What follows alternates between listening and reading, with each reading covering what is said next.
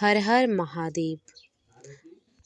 प्रदोष व्रत का विशेष फल होता है। प्रदोष व्रत भगवान शिव को समर्पित होता है। हर माह आने वाला प्रदोष व्रत भगवान शिव की कृपा पाने का सबसे बड़ा दिन है। शुक्रवार को पड़ने वाले व्रत को शुक्र प्रदोष कहते हैं। इस दिन किए जाने वाले प्रदोष व्रत से सुख समृद्धि और सौभाग्य का वरदान मिलता है। प्रदोष व्रत की पूजा शाम के समय प्रदोष काल में की जानी चाहिए। यह प्रदोष सूर्यास्त से लगभग 1 घंटा पहले का समय है, जो प्रदोष काल कहलाता है। धार्मिक ग्रंथ के अनुसार प्रदोष व्रत करने से भगवान शिव शंकर की पूर्ण कृपा प्राप्त की जा सकती है। इससे जीवन में किसी प्रकार का अभाव नहीं रहता है। इतना ही नहीं, समस्त आर्थिक संकटों का समाधान करने के लिए प्रदोष व्रत अवश्य करना चाहिए। इस व्रत के प्रभाव से हर तरह के रोग दूर होकर बीमारियों पर होने वाले खर्च में कमी आती है।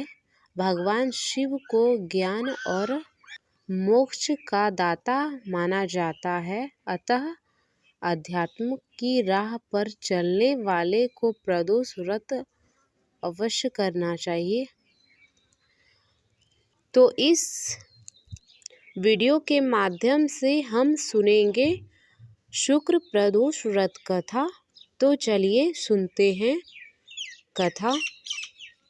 शुक्र प्रदोष व्रत के कथा के अनुसार एक नगर में 3 मित्र रहते थे। राजकुमार, ब्राह्मण कुमार और तीसरा धनी पुत्र। राजकुमार और ब्राह्मण कुमार विवाहित थे।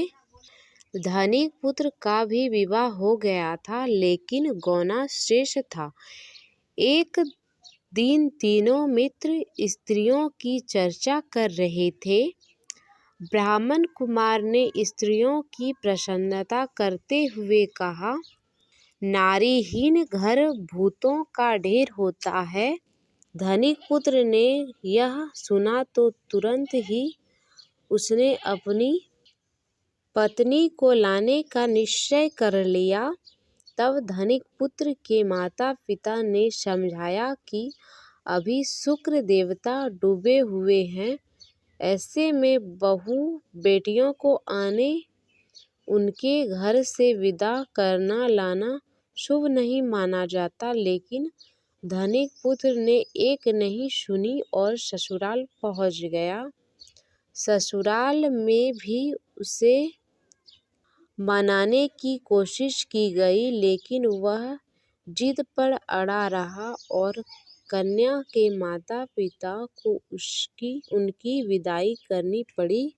विदाई के बाद पति पत्नी शहर से निकले ही थे कि बैलगाड़ी का पहिया निकल गया और बैल की टांग टूट गई।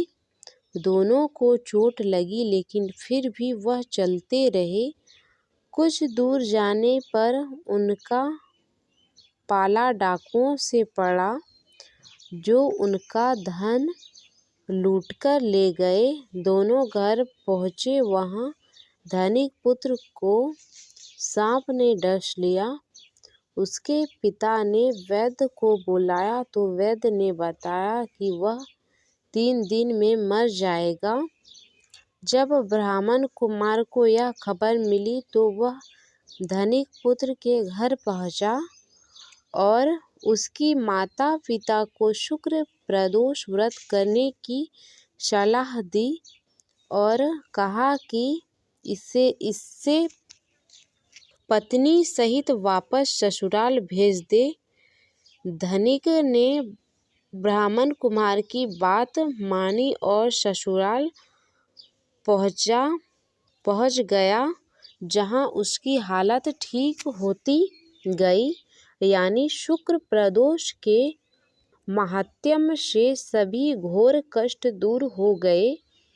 इस दिन कथा सुने अथवा सुनाए तथा कथा समाप्त के बाद हवन करें। इस प्रकार शुक्रवार का व्रत करने से सभी कष्ट दूर हो गए और धनिक कुमार ठीक हो गए। अतः जो भी इस कथा को पढ़ता है अथवा सुनता है और दूसरों को सुनाता है, भगवान शिव की कृपा उस पर हमेशा बनती रहती है। हर हर महादेव। आप सभी पर भोलेनाथ और माँ पार्वती की कृपा सदैव बनी रहे।